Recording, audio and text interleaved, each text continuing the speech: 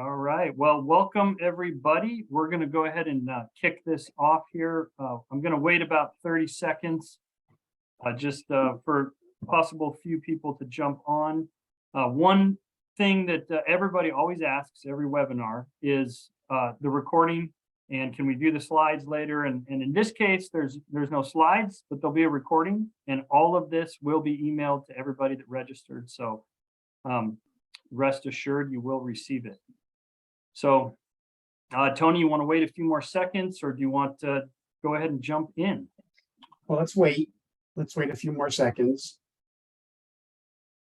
All right. Let's see, another piece of housekeeping. We do have questions and answers. We're hoping by the end of this to answer a variety of your questions. So you can put those in the Q&A section. And I believe there's Suzette or Jen, maybe even Jared are monitoring these questions, and we'll bring them up to us when appropriate. So I say let's go ahead and let's kick this off, Tony. Let's do it. Let's do it. So here's the backstory to this. I have been lucky enough to work with Dr. Tony Alessandra for over 20 years, and during this time, I get to go visit, spend time with him. There's probably not many days in the past 20 years where we have not talked on the phone about something. And during this whole process, I say to myself, man, I've learned a lot from Tony, and there's been so many great stories and so many things he's done in his life that I thought it'd be really wonderful to have a webinar to ask Tony some questions, and maybe some of these stories you've heard, maybe you haven't, but tie it together in regards to, here's somebody that has been in this business for so long. What have you learned? And what would be some advice? And what are some of your stories? And how has DISC been an influence for your career? So we threw this together, and it's kind of, there's not a lot of structure here. It's me talking to Tony. It's asking some questions. It's you guys, hopefully, by the end of this, having some ideas yourself and having a fun webinar. So here we go. So Tony, are you ready for me? I'm ready, but I want to tell everybody that Sparky, my dog, who's on the couch over here, insisted on attending this session. So we have to add one more person to Got it. Yeah, we need to know what Sparky's style is. I would say he's probably an I most of the time. Yeah, he is. Yeah. Okay, so how can people use DISC along with stories and use this as a sales tool is a part of this webinar.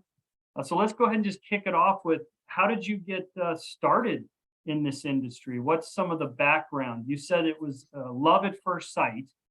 So how did you first learn about assessments, and how did you get started in the assessment industry? Well, the year was 1974, long time ago, 48 years ago. And I had just finished all my coursework for my PhD at Georgia State University in Atlanta. And I think it was November of 74, I was invited to this little private session, little workshop, where they were introducing this concept called social styles. And many of you may know the term social styles. It's 4 styles. It's like DISC. It's the driver, expressive, amiable, and analytical. But when I went to this session, that was love at first sight, because I saw this concept, and I was always enamored with psychology. Even though all my degrees, my bachelor's, master's, and PhD are all in business administration, all with a major in marketing, my minor has always revolved around the social sciences. It was just something that drew me. One of the books in my early life that had such an impact on me was Psycho-Cybernetics, which was the mechanics of the mind. It was a great psychology type book. But when I went to this workshop, I said, my God, this is what I want to do. And I went back to my doctoral dissertation chairman, Dr. David Schwartz, who, by the way, was the author of a multi-million best-selling book called The Magic of Thinking Big. And I said to him, Dr. Schwartz, I want to do my dissertation on this particular subject, the psychometrics, about the 4 styles. He said, no, you originally were going to do it on demographics, not psychographics. keep going on demographics. And when you get your PhD, get out of here and focus on the four styles. But when I heard this, in my early career, I was doing workshops on non-manipulative selling. And within the concept of non-manipulative selling, one section was on the four styles. Now, again, remember, back then it wasn't DISC, it was driver, expressive, amiable, and analytical. But whenever I got to that point, it always perked up everybody's interest. And people would start asking me, hey, could you come to my company or to my trade association? And instead of doing the talk on non-manipulative selling, do it just on these four styles. So that's what got me involved, Brandon. And that was 1974. I created a paper-based questionnaire so that people can find out what their style is and refine that questionnaire with some additional information that told them more in depth about their style, and use that paper-based questionnaire solely through 1996. And in 1996, I took the platinum rule concept. We'll get into what that means, but the four style concept, put it online. This is before I met you. Thousands of people every month were taking the free assessment. And it wasn't until just about 2000 where I finally said, let's make this a business. That's when you and I hooked up. I think that's when everything started to go really, really well for you. I think it was about that time you made that decision. That's right. My next question was going to be about the platinum rule. So you're very obviously famous for your platinum rule.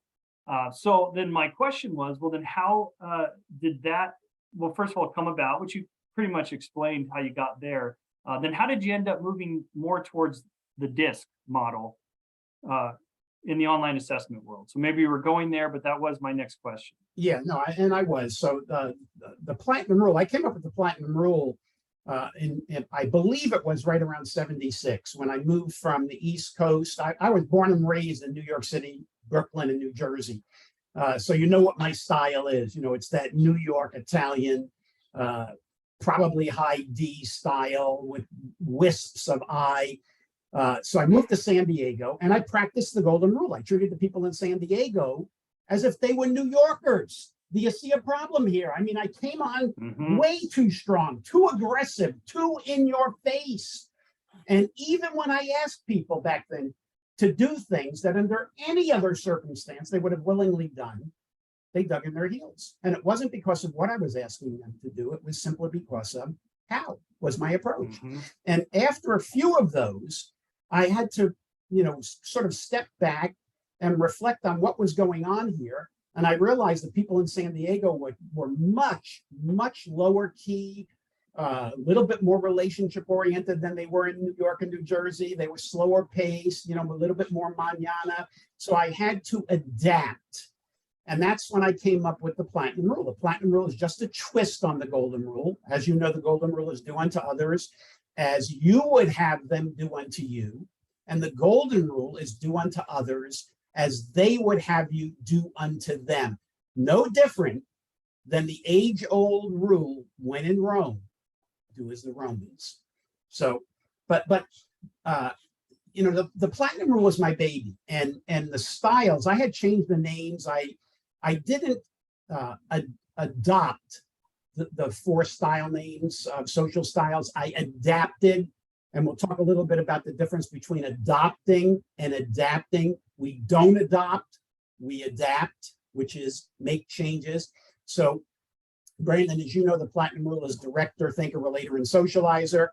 And I stayed with that all the way to 96 when I came out with a book called The Platinum Rule. I did that with Dr. Michael O'Connor, who was the VP of Research and Development at Performax, Carlson Learning, et cetera. He was their person. And I should have switched to DISC at that time, but I just held on to the platinum rule and those four style names all the way to just about 2000 or 2001, when I finally realized, you know what, I got to let go of my baby and go with the big gorilla, the disc approach. And I should have done that, as we'll hear in just a little while. I should have done that actually in the late 80s when I initially met Dr. Michael O'Connor. All right. Well, the way I've always looked at this and been a part of this so long, I mean, the concepts of these models all kind of relate back to the same purpose, the same pieces that can help, different names of styles. You did take a lot of your platinum rule and adapt that into the disc that we have all developed and created and used for many, many years. So, okay, so let's get into some fun stuff. So there's a little background. One of the fun things, I love hearing your stories. Some of the favorite stories, I'll just throw out the name and then you can tell the story. But it all comes back to how does DISC apply to some of these stories? So one of the ones, let's talk about your mom. So your mom in restaurants and how she would find her way. She could embarrass you in many circumstances when you were out at dinner, and your mom's style.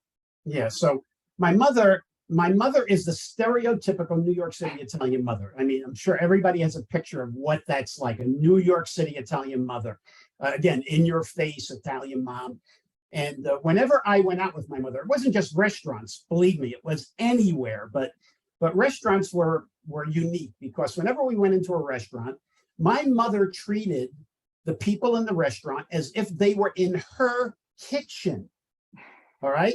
Mm-hmm. And, whenever somebody truly was in my mother's kitchen, she would constantly be putting food on their plate and leaning over them, making sure they ate everything. But when we go in a restaurant, as we're being led to the table, our table, my mother would, as she's passing other tables, be saying, "Hi, how you doing? How are you enjoying? What are you eating? How is that?" Eventually we would get to our table, we'd sit down. But actually, I remember one time she actually said to somebody, "Hey, what are you eating? And why are you here?" The person said, "It's my birthday." She said, "How old are you?" Right? No filters here.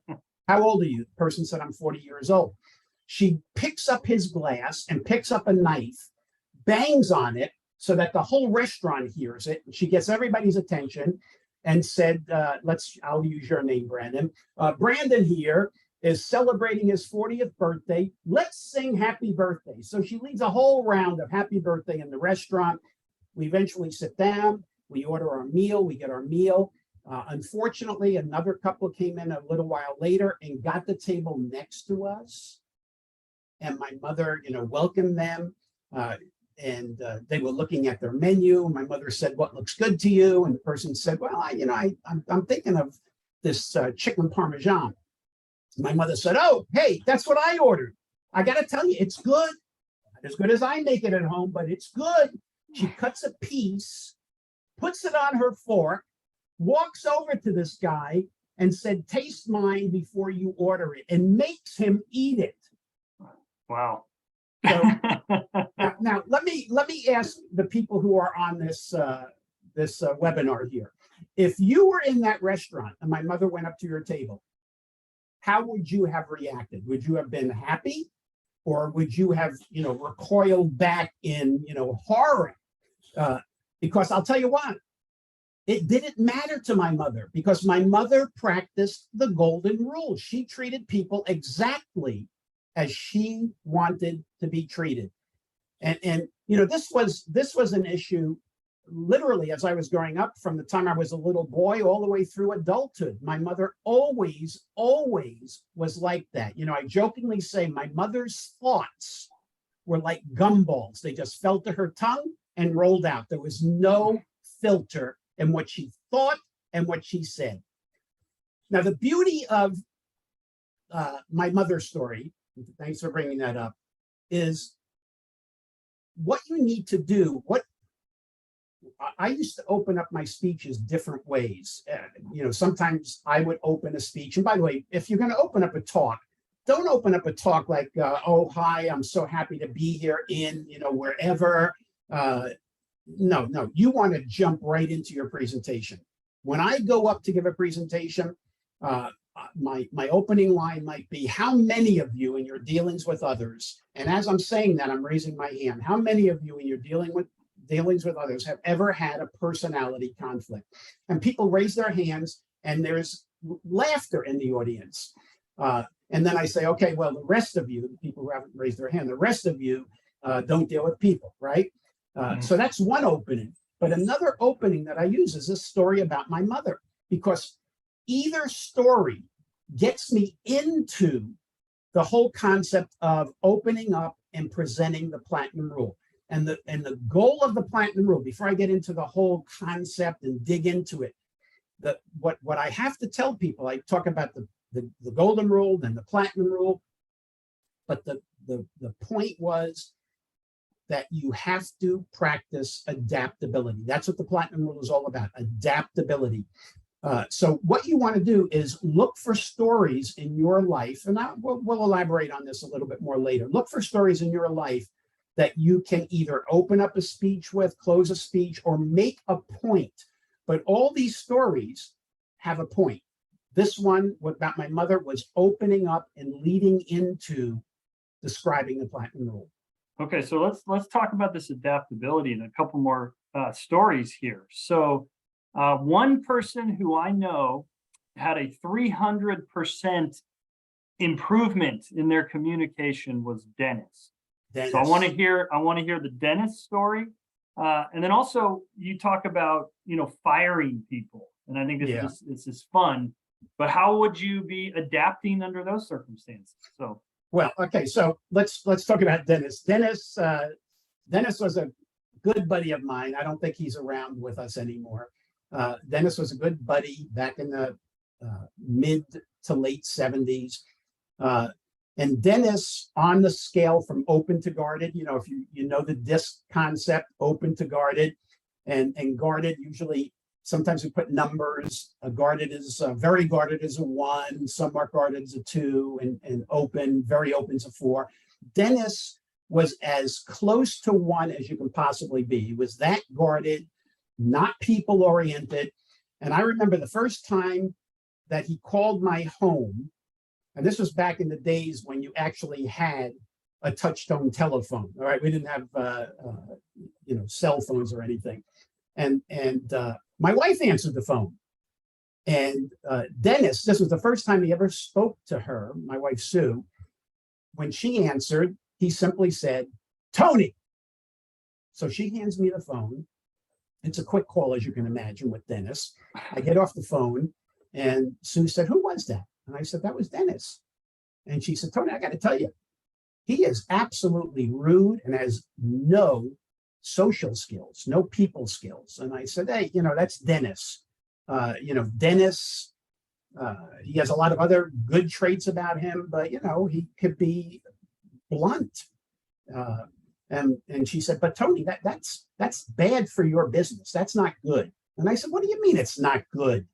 She said, "Tony, you teach relationship skills, and you have a friend like this who has 0 relationship skills. What does that tell people about how well your concept works?" She said, "You know what? Look, this is your business, but if I were you, I would coach Dennis and let people see how well your concept, this platinum rule concept, works." So I worked for about 90 days with Dennis. We worked, almost every day until, like 90 days later, he calls up the house. Sue answers the phone again, and he says, "Sue, Dennis, Tony." And, so that was a 300% improvement. There it was. Better than that, right? Yeah, I love that one. That's a good one.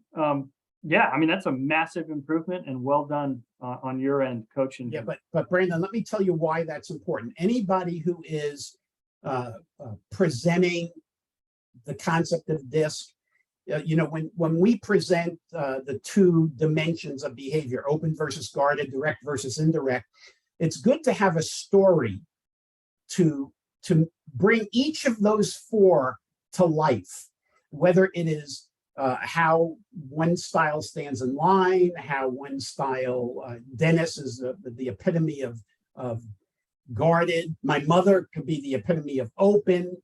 etc. So it's important to know, you know, you don't want to present this concept in a dry manner. It's great to have stories.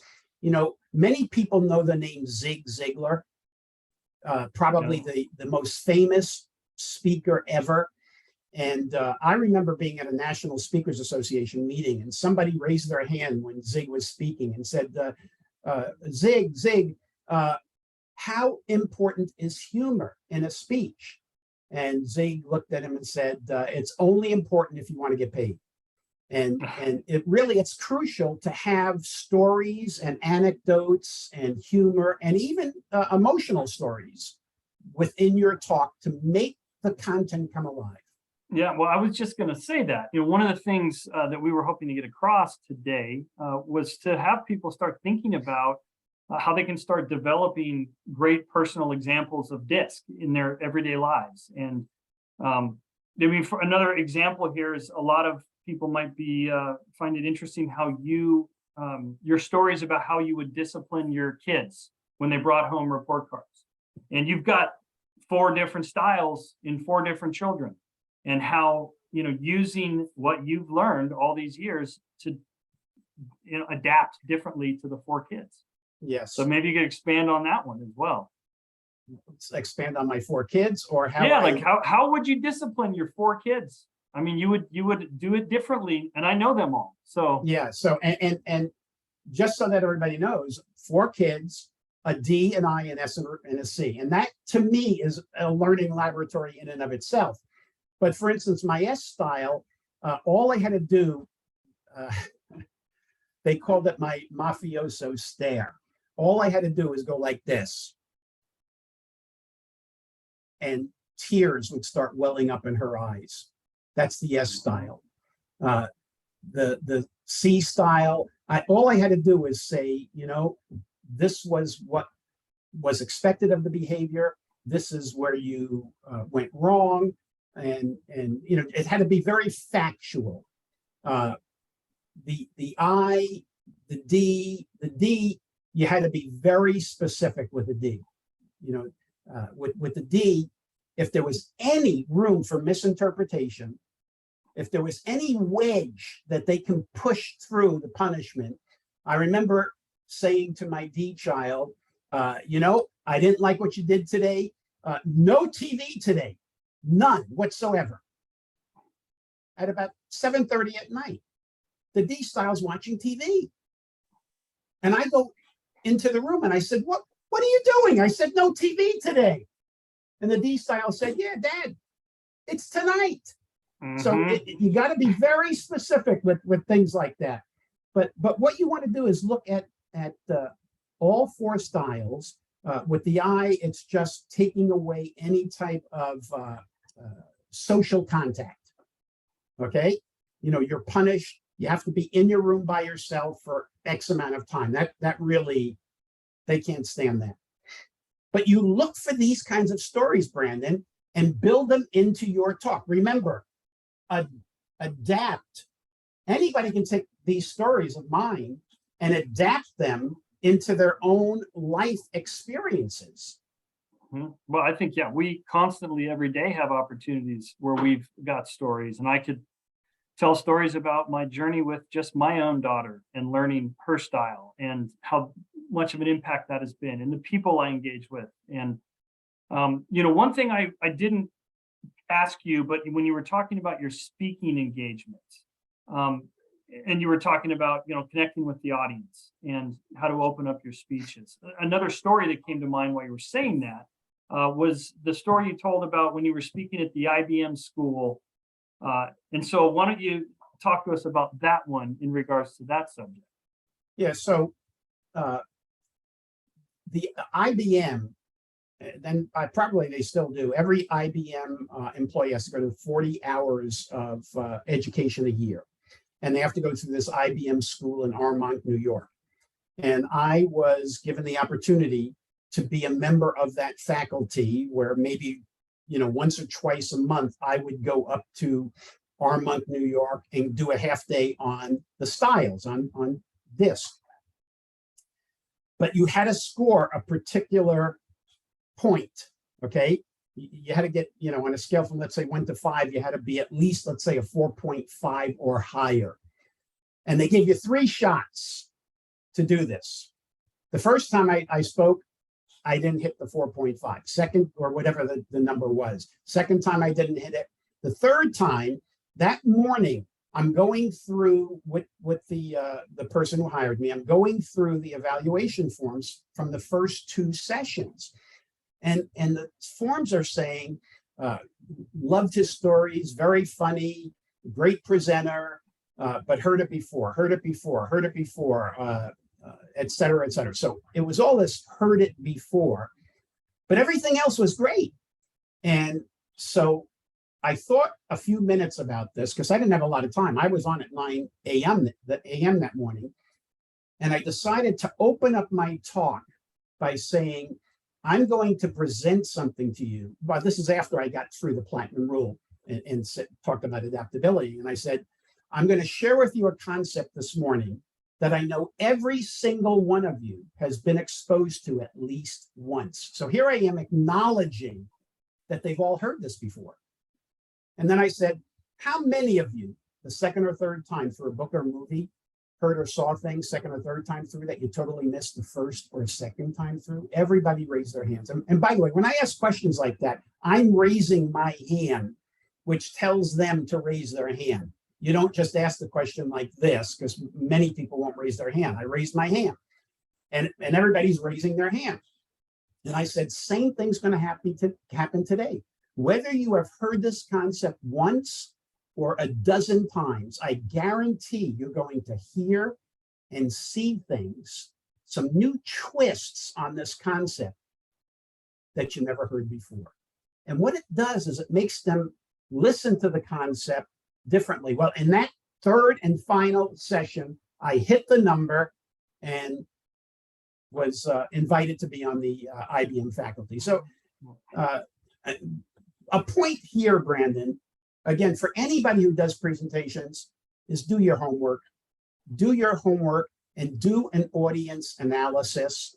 If I had done an audience analysis prior to this, because this was early on in my speaking career, and it wasn't until people like Jim Cathcart, one of my best buddies, helped me to do more in-depth research before I gave a speech so that I can tailor the speech better to that group. And I say speech, it could be a presentation, it could be a workshop, whatever. But from that moment forward, I did a lot of pre-speech analysis about the audience. Tell me a little bit about the audience. What are their ages? What's the gender makeup? Tell me what a typical day in the life of people are, assuming that they were all, let's say, salespeople or management. Have they ever been, this is a key one, have they ever been exposed to this concept before, the 4-style concept? I have to tell you, I actually have heard in doing my research, yes, last year we had a full day session.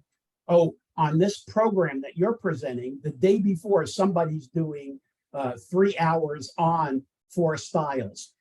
Well, that's what I'm doing, so, but knowing this is absolutely crucial. Once I know that they know this, I can then adapt how I position the talk. Mm-hmm.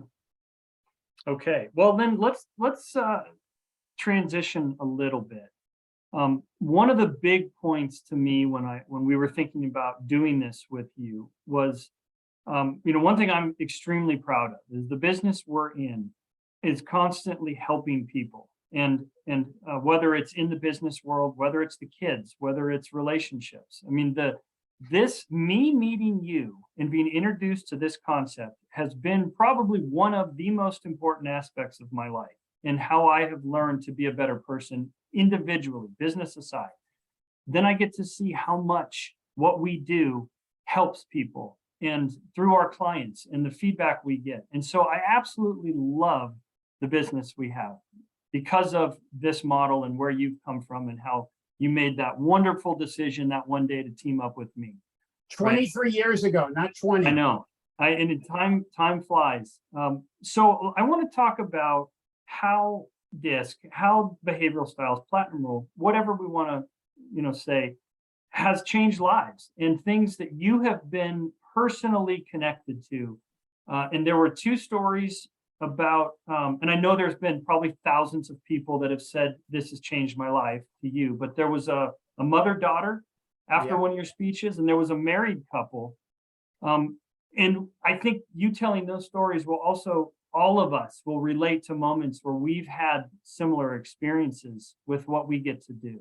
Yeah. So let me tell you that before I get into those two stories, very, very quickly, one of the people who this concept has changed his life. Many of you know him, Scott Zimmerman, one of our buddies and a distributor of ours. What this did, not just to his marriage, but particularly to his business and his selling skills, it totally lifted him to a whole other level. But, you know, as a speaker, every so often we're invited back a year or two later to the same group, whether it is a trade association or a company. The two examples you give were trade associations. So I was back for a second year. The first year, and this is really for the mother-daughter, everybody got one of my laminated pocket summary cards, the DISC pocket summary cards.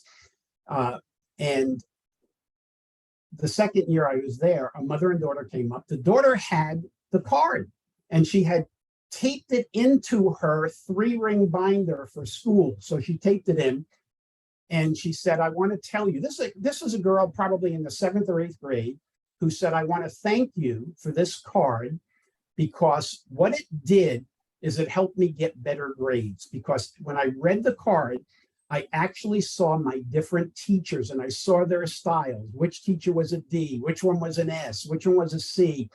And it told me how to adjust the way I'm seen by those teachers, how I can adapt to them. This is a 7th grader.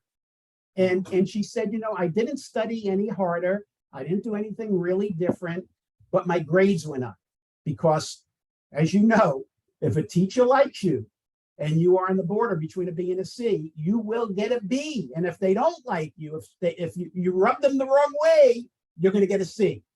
So that was one issue. The other one was, again, a second year. And this one, I get goosebumps when I tell this one because it was a married couple came up to me and said, Dr. Alessandra, I want to tell you, we just want to thank you. We owe our marriage to you. And, you know, I don't know where they're going with this. They said last year when we came here, this was the last time we were going to be together. We were going to go through a divorce. We just were at each other's throats. And we heard you talk on disc in the Platinum Rule. And it opened our eyes to how we misinterpret each other's behavior and how we reacted to each other and how we were absolutely not practicing the Platinum Rule. So we went back, we got your book on People Smart and the Platinum Rule, whatever. We went through it, we studied it, and we started working on how we adapt to each other and don't get so upset about how the other person's coming across. It's their style. And she said, she and he, but she was saying this at the time, that we are now in this phase of our marriage as we were in the first year of our marriage. And we thank you so much. And I mean, you know, this is pretty heavy to hear. So it was great. Yeah, it's that powerful though. There are so many wonderful moments that I've got to experience through what we get to do together that have changed people's lives. And I know a lot of people that work with us have the same thing. And that's just wonderful. I mean, knowing your impact, it probably goes so much deeper than even these stories where people spoke to you about them. You know, another thing that I wanted to tie into this was, you know, taking the business hat here for a second. How can knowing, you know, I think everyone might even be thinking their own stories at this point. Oh, these things I could say, and you and chuckling yourself. But how could they take this and apply it in a sales process? Let's say whether you're selling directly or whether you are a coach or a business consultant. utilizing these concepts and stories to help create the relationships in the sales process? Yeah. So one of the sayings I have is that you have to adjust your selling style to match the customer's buying style. So let's talk about what you can do in advance. We now with the internet and with Google and with LinkedIn, et cetera, we can actually do some homework in advance to see if we can determine somebody's style by how they write or what's said about them. If we got a lead about this person, can we find out, hey, is a person faster paced or slower paced?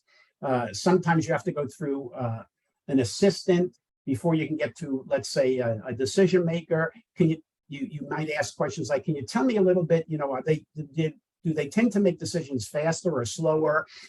Do they like to get right down to business or get to know somebody first?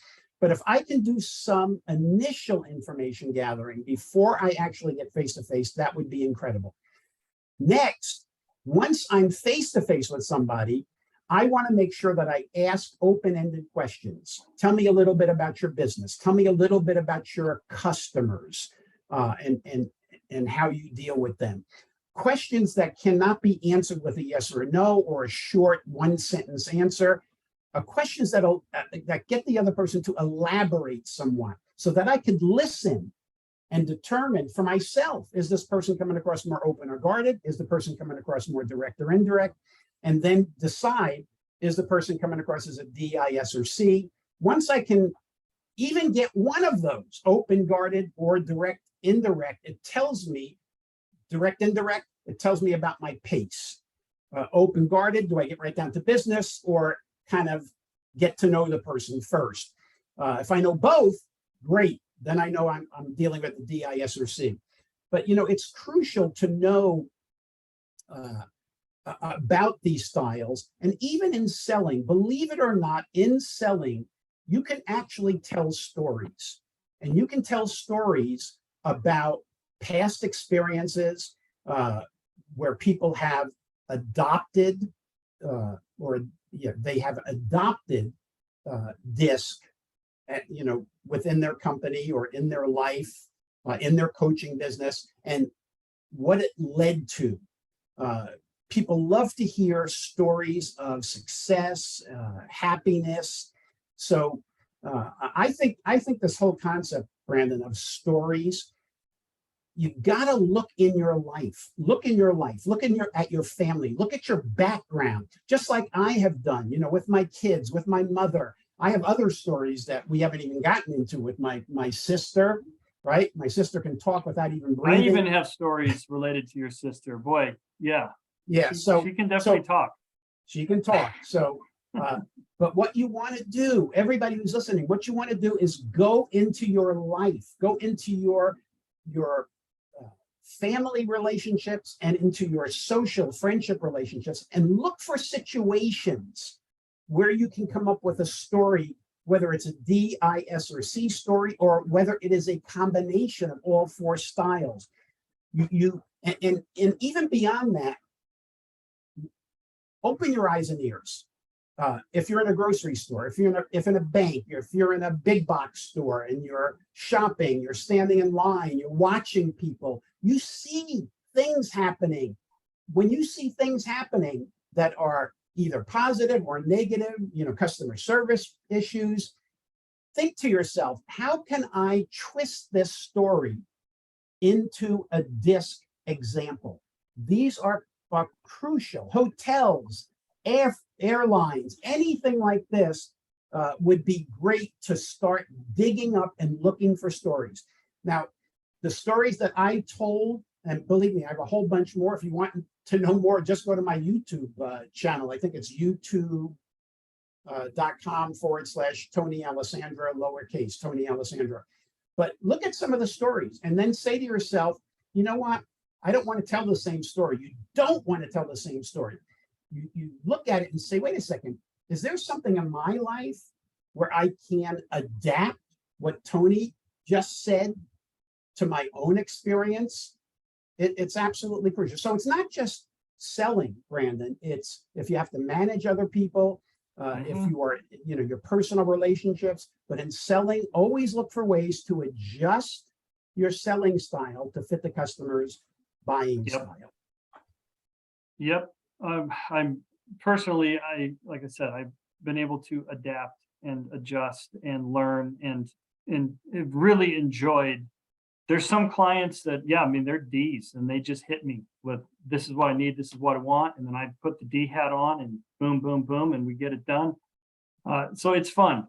All the styles bring wonderful aspects to anything. And that's another thing that I know, Jen, on our side, when we're talking about training and utilizing these concepts, that there are no bad styles. Everything has a positive and brings something to the situation. Absolutely. So, Absolutely. I just recently, maybe 3 weeks ago, went down to San Diego for my grandfather's 100th birthday party.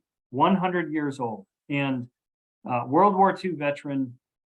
And one of the moments that we got to have was to hear his stories and to hear about life and growing up. And it was just such a wonderful thing. Now, I'm not relating this to my 100-year-old grandfather and you, Tony, because you're not there yet. And we have a lot of time. But one of the things that I asked him was, if there was anything you could do differently in the past, like what would be one thing that you would change? What would be one thing about life that you would do differently? So I'm going to kind of throw that same concept or question over to you. In this world of business, let's say, what would you do differently if you had the chance? And I know it's Okay. kind of a loaded one for you. It is, but believe me, I'm pretty clear on this. Well, first of all, back in 1989, I was giving a speech, and in the audience was the president of Carlson Learning, which was the company that bought Performax, the original disc company. He came up to me after my speech. He said, I love the way that you simplified this concept and visualized the concept, because back then, disc really wasn't into the quadrants, the visualization of it. And he said, I'd love for you to take your concept of the platinum rule and blend it in with what we teach at DISC. And that's where I was introduced to Dr. Michael O'Connor. We wrote a book back in 1989 called People Smart. And it was given out to nearly 50,000 of the DISC distributors back then. So if I could have done things differently, when I wrote that book and I saw how impactful and successful it was in 1989, that's when I would have, should have switched from the platinum rule, directive, thinker, relator, socializer, to the DISC terminology.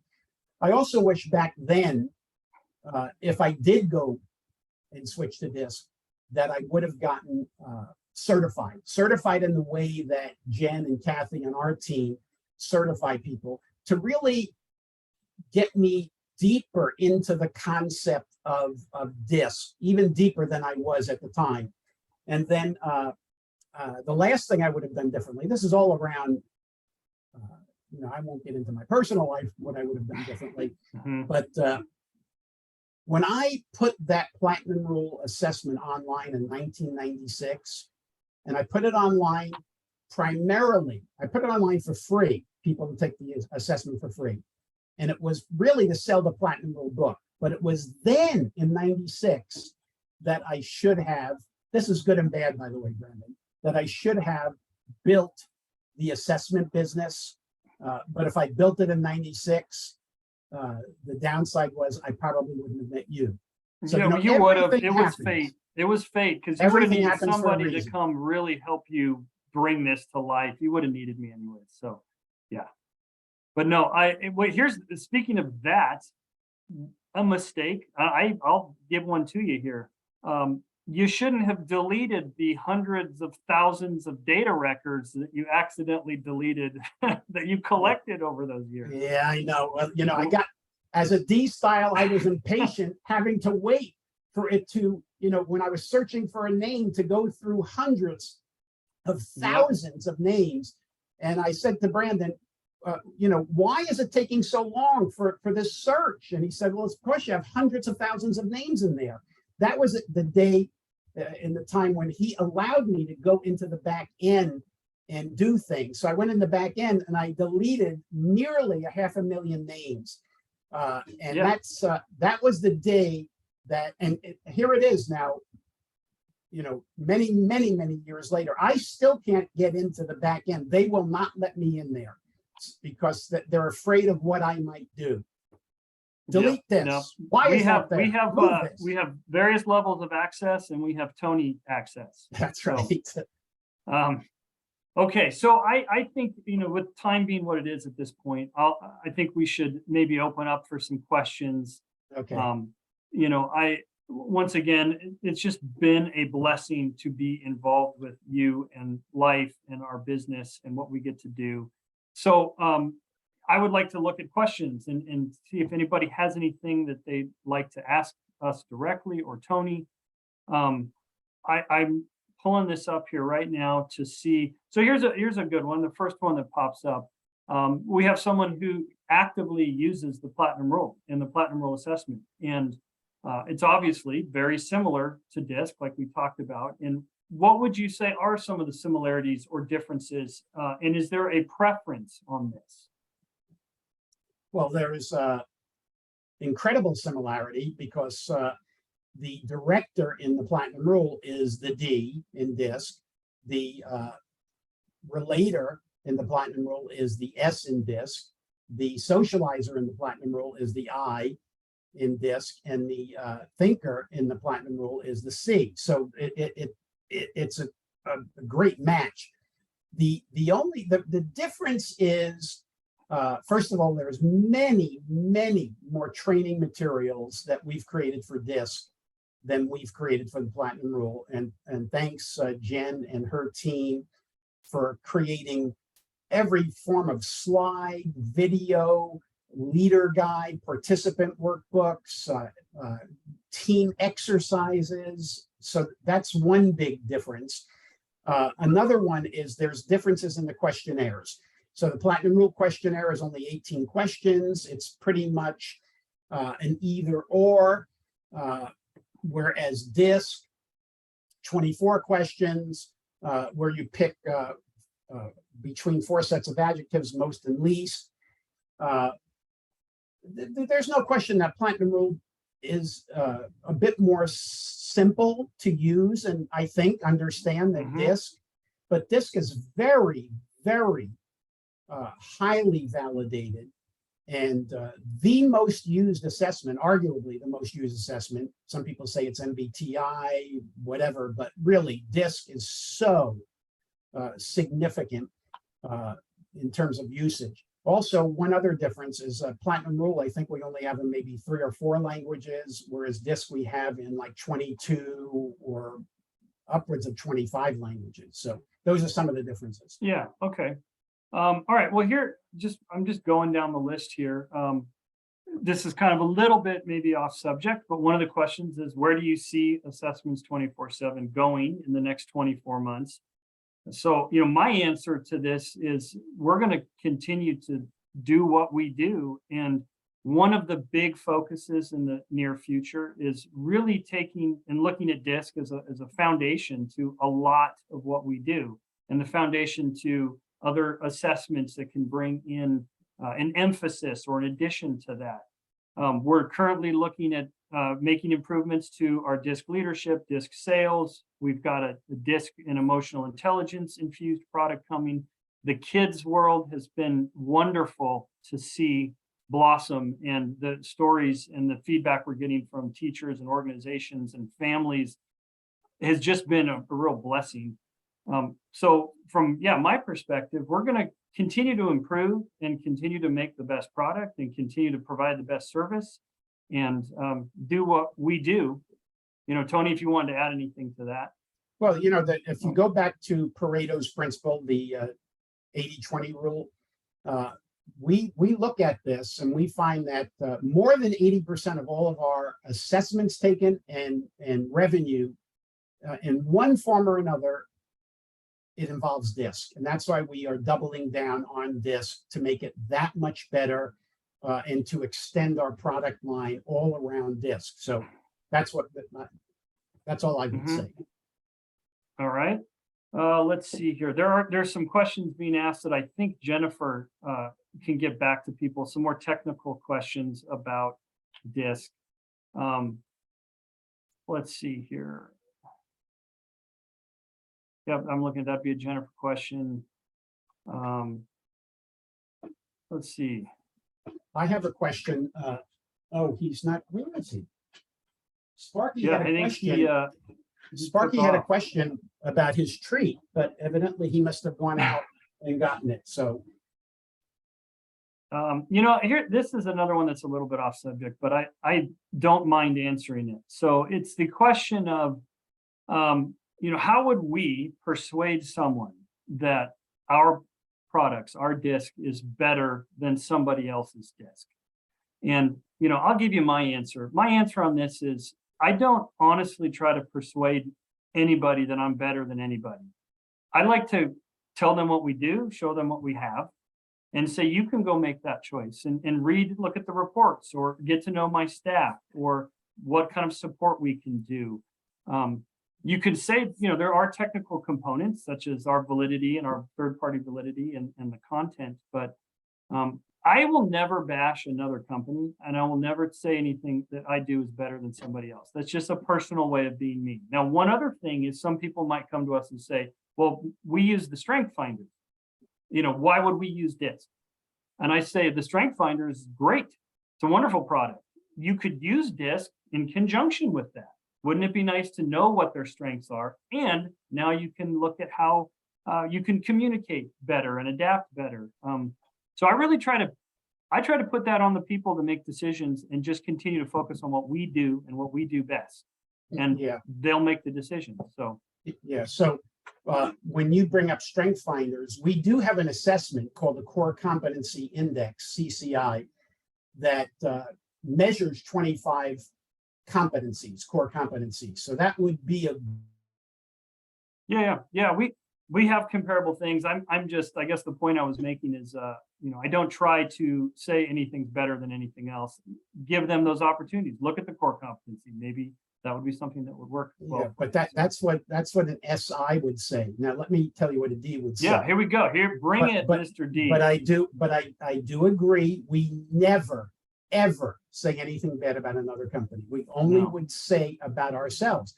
But we do have things that are significant. We have, I think, arguably the best assessment dashboard in the world, bar none.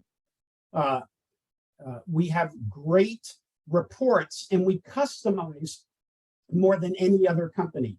We are competitively priced, but here's a big difference that I see personally. Many of the other assessment companies, be it DISC or whatever, were started by either IT professionals, social scientists, psychometric people, statisticians. Our company was built from a sales and marketing philosophy. Our philosophy on customer service is bar none the best in the business. It's not saying anything bad about another company. There could be other companies that are great at what they do. And all of these companies, I mean, we know them all. I've been in the business as long as all of them. Many of us know each other. We go back to the beginning. So we're friendly competitors and we're all good.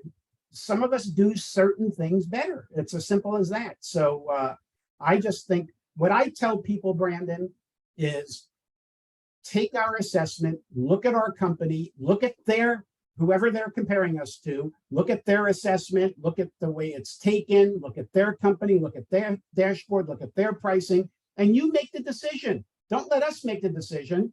Look at it and you decide. Yep. Thank you. Okay, here's a good one. What would be your answer when people question the science behind DISC?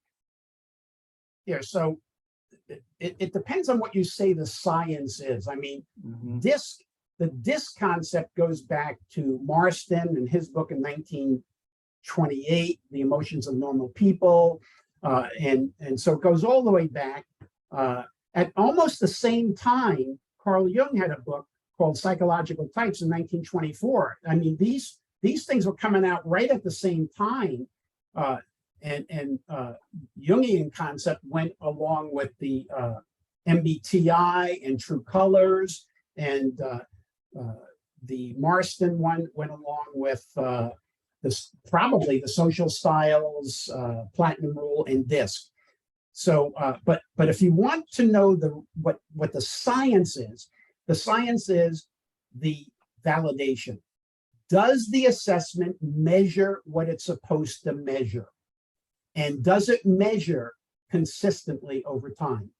And the American Psychological Association, what they look for, the minimum is to, on what they call a Cronbach alpha scale, which is a statistical measure, that you want to have a 0.7 score on each of the dimensions you're measuring. For us, we'd have 4 different dimensions, DISC.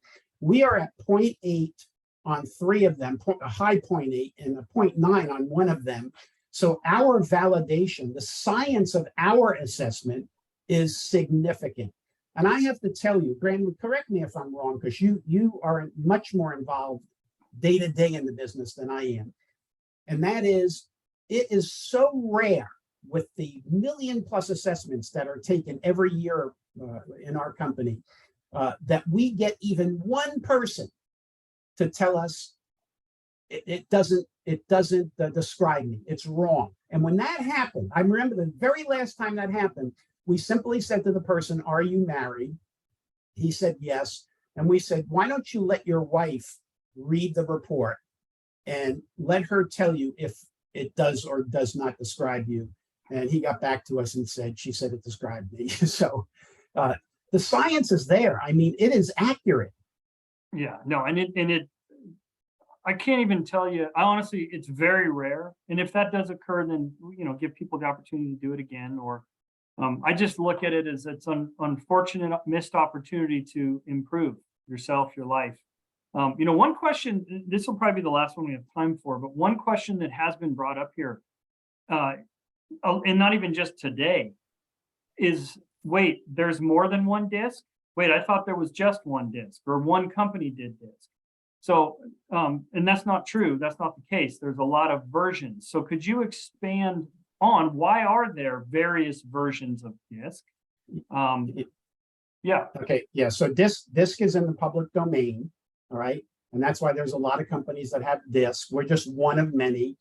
If anybody says we are the only DISC, there is only one company that does have a trademark on capital D, small I, capital S, capital C, and that's the only thing. They are not the only DISC company. There's a lot of DISC companies. We're all good. I wouldn't say anything bad about these companies. They're validated in different ways. Some are validated. You got to look at, what was the group of people that were validated on. One company, a bunch of their people were validated on from the religious side. So, maybe it skews more to an S and a C. Ours is international. We have 20-something languages. So when we validate, it's based on all different occupations across the world. So, that's some of the differences. And one person was asking about, from an HR point of view, can DISC be used for selection? And, we tell people DISC can be part of a selection process, probably no more than 20%, maybe even a little less. But it should be used in conjunction with other things like the resume, the background, the education, the experience, the interview, the references. It's just another piece of the puzzle, but it is a very, it's not subjective, okay? It's not a subjective thing as some of the other, it's an objective measure, so. Yep. No, it's a good point. It's another piece that can be used in the process of making a good decision, and it's not bad or good. It's just another piece of it. Okay, so we've covered a lot. We're about to hit our hour. one thing for everybody, we'd love for you to bring your stories to our community hub and add those in and engage in our community hub. The final thing, the last point for you, Tony, are you ready for this one? I know I'm ready. I've I'm put ready. a lot on you here today. Okay, what is your best piece of business advice to close out our meeting? That's simple. That's simple, Brandon. I'll make it real quick because it is 2 o'clock. The one piece of advice, focus. Do not try to be all things to all people. Focus on what you do best, put on your blinders and go down that path. There you go. Thank you. All right. Well, thanks for taking the time to share with everybody. Thank you, everybody, for attending. Those that are going to receive the recording, thank you very much. We absolutely appreciate everybody that works with us, and we do everything we can to support you. So reach out to us, so our support team, our training team, anybody. We do take a lot of pride in our work, and we hope it is reflected well with our relationships with you. So thanks again, everybody, and thank you, Tony. My Take pleasure. care.